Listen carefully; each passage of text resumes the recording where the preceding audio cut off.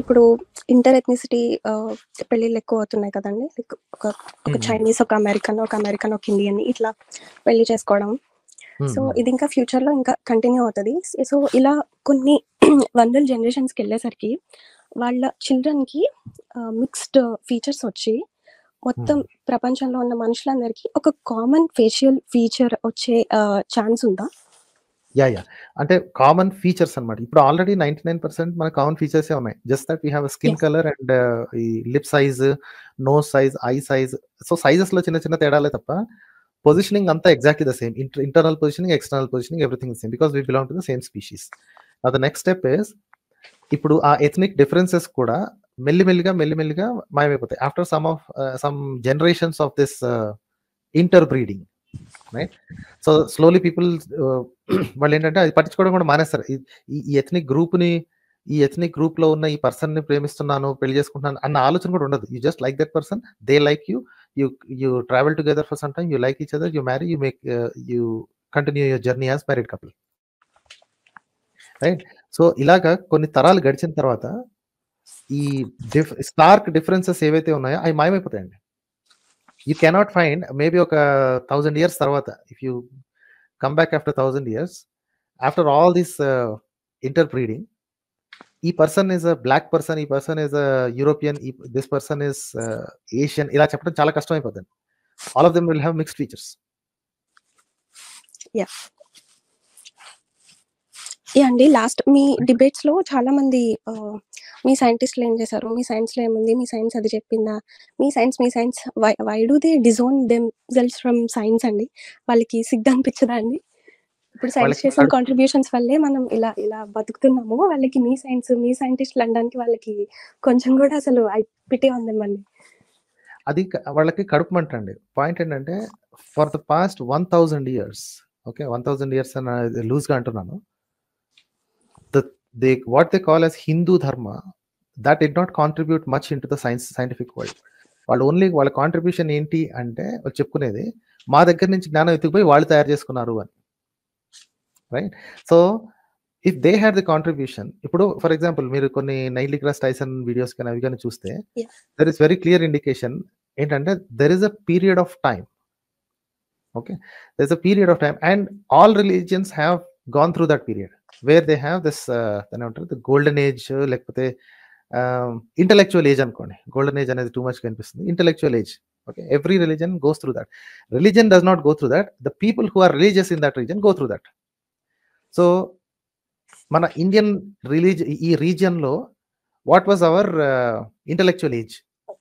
ఎప్పుడైతే మన దగ్గర ఆస్ట్రానమీ గురించి, ఇంకా న్యూమరికల్ సిస్టమ్స్ గురించి, వీటి గురించి ఎప్పుడైతే మన దగ్గర రీసెర్చ్ జరిగి, లేదా రీసెర్చ్ అండ్ ఏమంటారు ఎక్స్పౌండింగ్ అంటారు చూసారా, అంటే ఎక్స్ప్లెయినింగ్ ద వరల్డ్, అది దర్శనాల ద్వారా కానీ ఇంకో ద్వారా కానీ నాన్ రిలీజియస్ టెక్స్ట్ గురించి మాత్రమే మాట్లాడుతున్నాను. నాన్ రిలీజియస్ టెక్స్ట్ లో జరిగిన ఎక్స్ప్లెనేషన్స్ కానీ we had golden period too ఈ సౌత్ ఏషియా, లేకపోతే whatever we call as India, right, we had golden period too. అలాగే Baghdad had golden period also, intellectual period. దాని తర్వాత వచ్చింది యూరోప్ లో ఒక గోల్డెన్ పీరియడ్ నడిచింది. ఆ golden period it has so profound effect, it is still continuing. ఇప్పుడు European golden period, American అని అట్లాంటిది ఏం లేదు. Now the science has been democratised completely. వీళ్ళ కడుపు అంటే ఏంటంటే మన ఇనీషియల్ కాంట్రిబ్యూషన్ తర్వాత there is no other contribution అండి. The only thing is religion. ఈ మతం మీద పట్టుకుని ఎప్పుడైతే నెత్తికెక్కించుకున్నారో అప్పుడు మన ఇంటెలెక్చువల్ కాంట్రిబ్యూషన్ ఆగిపోయింది.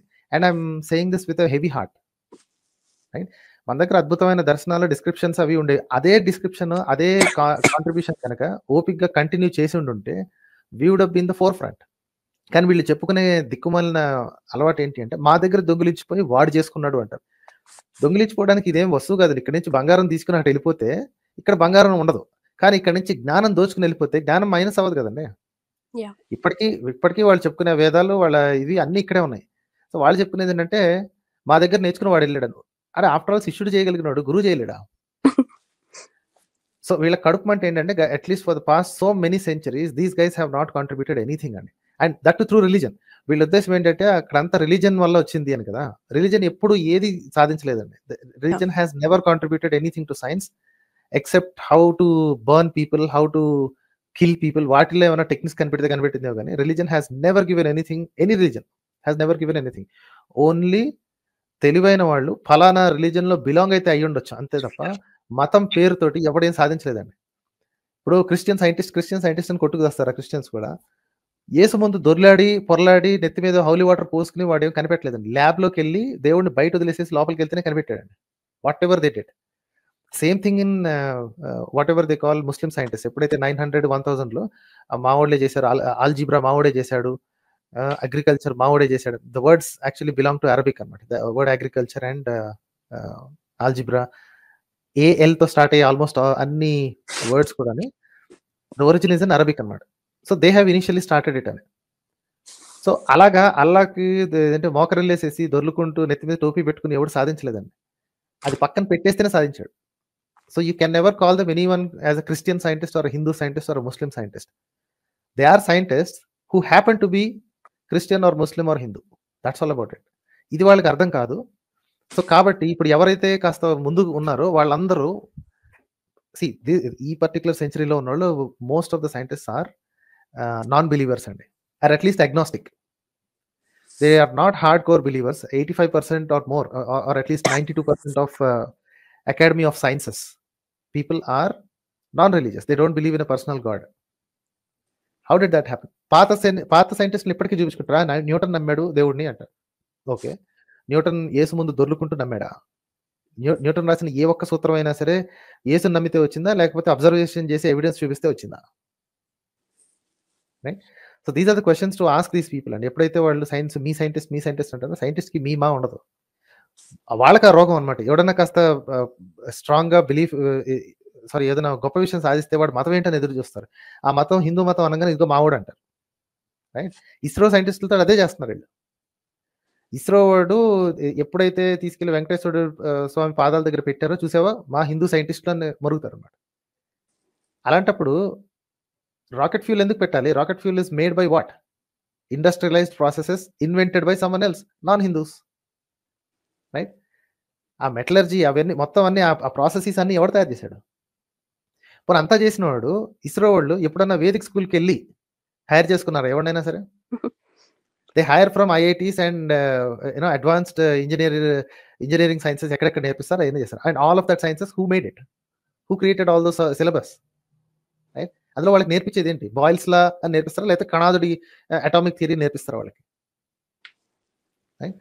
సో ఇదేండి ది సాడెస్ట్ పార్ట్ ఇస్ 500-600 సంవత్సరాలు లేదా అట్లీస్ట్ 1000 సంవత్సరాల నుంచి మన కాంట్రిబ్యూషన్ ఇండియన్ ఏరియా నుంచి కాంట్రిబ్యూషన్ ఎంత కిందకి పడిపోయిందంటే these people are ashamed to acknowledge that.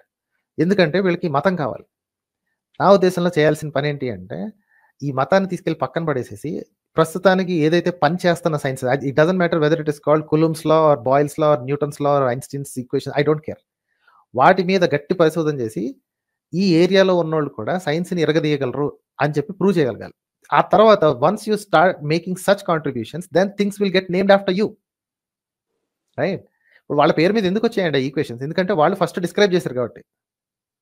Newton's law అనగానే ఏంటి వాళ్ళకి తెలిసింది ఒకటే, యాపిల్ పట్టడం గురించి. There are so many things he did. అవన్నీ ఎందుకు వచ్చాయి? అతనికి ఆ పేరు ఎందుకు వచ్చిందంటే he is the first one to describe. Apple పట్టడం ఎవడు చూడలేదా ఇంతకు ముందు? అందరు చూసారండి, ప్రతి ఒక్కరికి తెలుసు. కాకపోతే he described it why it happened. Laws of motion కానీ ఇది గ్రావిటేషన్ లాస్ కానీ he described it only because he had observations. ఆ పని మన వాళ్ళు ఎందుకు చేయలేకపోయారు? Such an easy thing. ఇప్పుడు 600-700 ఏళ్ల తర్వాత ఇప్పుడు చాలా కామన్ గా అనిపిస్తుంది. At that point in time only Newton could think of such descriptions. అంతకు ముందు వాళ్ళు ఎందుకు చేయలేకపోయారు? అది మనోడైనా సరే వాళ్ళోడైనా సరే. అదే ప్రొజెక్షన్ చేసి now look at this side. Newton సంగతి వదిలేసాడు, అక్కడ వదిలేసేసి ఇట్ సైడ్కి చూస్తే ఇప్పుడున్న ఈక్వేషన్స్, ఇప్పుడున్న సైంటిఫిక్ టెంపర్ని ఇంకా ముందు బాగా గట్టిగా నేర్చుకుని కొత్త థియరీలు, కొత్త ఇన్వెన్షన్స్ చేస్తే అప్పుడు ఇండియన్స్ పేరు మీద వస్తాయి కదండి అవన్నీ. Why should not be that a noble cause? ఏ కాడికి మా తాత నెయ్యి తాగాడు, వాడు మూతి వాసన చూడండి, నా మూతి వాసన చూడండి అని చెప్పి పట్టుకోవడమే తప్ప ఇప్పుడున్న ప్రెసెంట్ వర్కింగ్ సినారియోస్ మొత్తాన్ని సైన్స్ని గట్టిగా చేసి ప్రపంచంలోకెల్లా ఫాస్టెస్ట్ దాన్ని ఏమంటారు carbon sequestration, there are so many things అండి. ఇప్పటికీ సైన్స్లో చేయాల్సిన పనులు చాలా ఉన్నాయి. అవి చేస్తే మీ సైంటిస్టులు అంటే మన సైంటిస్టులు అనుకోవాల్సిన పరిస్థితి ఏర్పడుతుంది కదా. Why are they not doing that? So వాళ్ళ ఏడుపుల్ని మీరు పట్టించుకోకండి సుష్మా గారు. సో వాళ్ళు యాహ్! యాహ్! బోర్బోర్లు ఏడవటం తప్ప దే డోంట్ నో అంటే ఎనీథింగ్. వాళ్ళ మీద కొంచెం జాలేసిందండి. అంటే వాళ్ళంత సీరియస్‌గా తీసుకోక్కర్లేదు. అదే. వాళ్ళు డిసౌన్ చేసుకుంటే అంటే ఓకే అండి. థాంక్స్ అండి. And are you right from అండి. ఎనీ ఆఫ్ గోదావరి డిస్ట్రిక్ట్స్ అండి?